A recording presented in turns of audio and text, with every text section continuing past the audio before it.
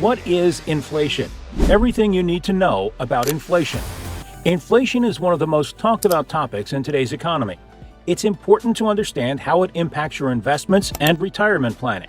Find out everything you need to know, including what inflation means, why it occurs, policies to control it. Inflation has two main components: demand and supply. Demand pull inflation occurs when aggregate demand in an economy exceeds aggregate supply. Think of this as too many people wanting goods at one time. When this happens, prices will rise because suppliers need more money to keep up with their costs, supply, while still making profits, demand. On the other hand, cost push inflation occurs when aggregate supply in an economy exceeds aggregate demand. Inflation is a rise in prices or a fall in the value of money over time.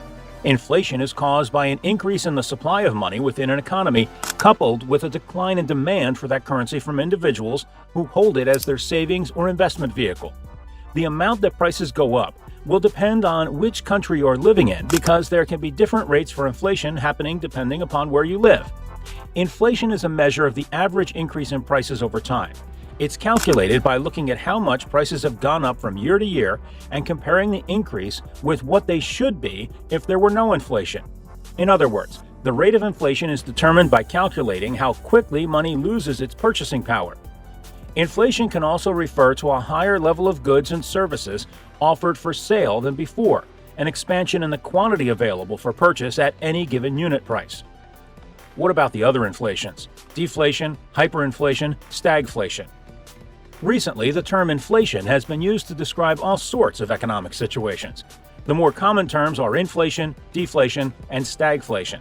By understanding the differences between these three types of inflation, you will be able to make better decisions about your business's future growth potential and success rate.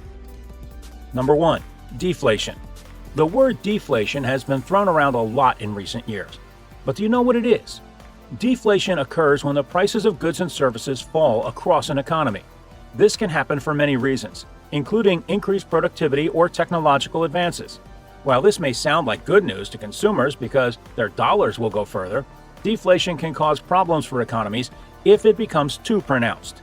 If businesses are unable to sell products at profitable prices due to deflationary pressure, they may begin to cut costs by laying off workers or reducing wages, which could lead to recession-like conditions.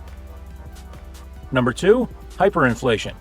Hyperinflation is the term used to describe when there is an increase in prices for goods and services at a faster rate than what would be expected, causing inflation. The outcome of hyperinflation is that your money becomes worth less and less every day. This lesson will discuss how you can avoid hyperinflation in your personal life by understanding its causes and effects. It will also provide information on the current state of countries with high levels of hyperinflation so you can learn from their mistakes. Number 3. Stagflation. Stagflation is an economic term that describes a time when the economy is experiencing both high inflation and unemployment. This article will discuss what stagflation is, why it happens, and how to avoid it. The question we need to ask ourselves to understand stagflation is, what causes inflation? In general, rising prices can be attributed to three things: too much money chasing too few goods, changes in demand, or changes in supply. How do we know if we're in a period of inflation? There are a few key indicators that economists and policymakers look at to determine whether or not we're experiencing inflation. Number 1. Consumer Price Index, CPI. The most commonly used measure is the Consumer Price Index, CPI, which tracks the prices of a basket of goods and services that represent typical consumer spending. If the CPI rises over time, it suggests that prices are increasing overall and that the dollar is losing its purchasing power. Number 2. Unit labor costs. Another measure of inflation is called unit labor costs. Unit labor costs represent changes in employment costs divided by output. If these increase, it suggests that wages and price levels will also likely increase to maintain profit margins. Generally speaking, if unit labor costs grow faster than productivity, we can expect inflationary pressures to increase. Number 3. GDP deflator. Another method for tracking inflation is the GDP deflator, which tracks price changes in all domestically produced final goods and services. It is considered a more comprehensive measure of inflation than the CPI because it captures spending by consumers, producers, government, and overseas purchasers of U.S. produced goods. A rise in the GDP deflator over time suggests that the cost of goods and services is increasing and that the dollar is losing its buying power. Number 4. Forward-looking indicators. There are also forward-looking indicators of inflation, which economists use to try to predict future price movements. These include surveys of businesses and consumers about their inflation expectations, as well as data on wages, producer prices, and commodity prices. Causes of inflation? There are many reasons for inflation. Some people say that it is because of the government printing more money, while others say that it is because of rising prices for goods and services. Whatever the reason, it is important to be aware of how inflation can impact your finances. Having understood the inflation meaning, let's take a quick look at the factors that cause inflation. Number 1. Primary causes. In an economy, when the demand for a commodity exceeds its supply, then the excess demand pushes the price up.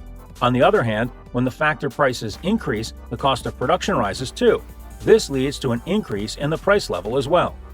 Number 2. Increase in public spending.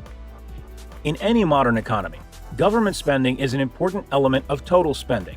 It is also an important determinant of aggregate demand. Usually, in less developed economies, the government spending increases invariably create inflationary pressure on the economy. Number 3.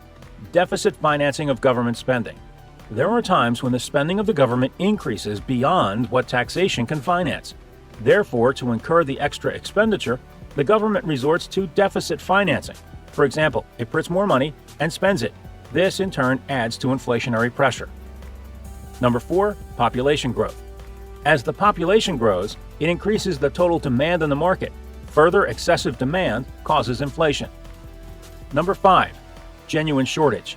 It is possible that at certain times, the factors of production are in short supply. This affects production. Therefore, supply is less than demand, leading to an increase in prices and inflation. Number 6. Exports. In an economy, the total production must fulfill domestic as well as foreign demand. If it fails to meet these demands, then exports create inflation in the domestic economy.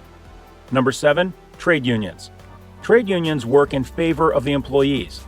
As the prices increase, these unions demand an increase in wages for workers. This invariably increases the cost of production and leads to a further increase in prices. Number 8. Tax reduction. While taxes are known to increase with time, sometimes governments reduce taxes to gain popularity among people. The people are happy because they have more money in their hands. However, if the rate of production does not increase with a corresponding rate, then the excess cash in hand leads to inflation. Number 9. The imposition of indirect taxes. Taxes are the primary source of revenue for a government. Sometimes governments impose indirect taxes like excise duty, VAT, etc. As these indirect taxes increase the total cost for the manufacturers and/or sellers, they increase the price of a product to have a minimal impact on their profits. Policies to control inflation. There are a few ways in which government can work to reduce inflation. One way is to institute price controls, which would keep prices from rising too quickly. Number 1. Fiscal policy. Controlling aggregate demand is important if inflation is to be controlled. If the government believes that AD is too high, it may choose to tighten fiscal policy by reducing its spending on public and merit goods or welfare payments. It can choose to raise direct taxes, leading to a reduction in real disposable income. The consequence may be that demand and output are lower, which hurts jobs and real economic growth in the short term. Number 2. Monetary policy. A tightening of monetary policy involves the central bank introducing a period of higher interest rates to reduce consumer and investment spending. Higher interest rates may cause the exchange rate to appreciate, bringing about a fall in the cost of imported goods and services and also a fall in demand for exports. Number 3. Supply-side economic policies. Supply-side policies seek to increase productivity, competition, and innovation, all of which can maintain lower prices. These are ways of controlling inflation in the medium term. Number 1, a reduction in company taxes to encourage greater investment. Number 2, a reduction in taxes which increases risk-taking and incentives to work. A cut in income taxes can be considered both a fiscal and a supply-side policy. The prices of some utilities, such as water bills, are subject to regulatory control. If the price capping regime changes, this can have a short-term effect on the rate of inflation. Do let us know in the comments what you think about the inflation.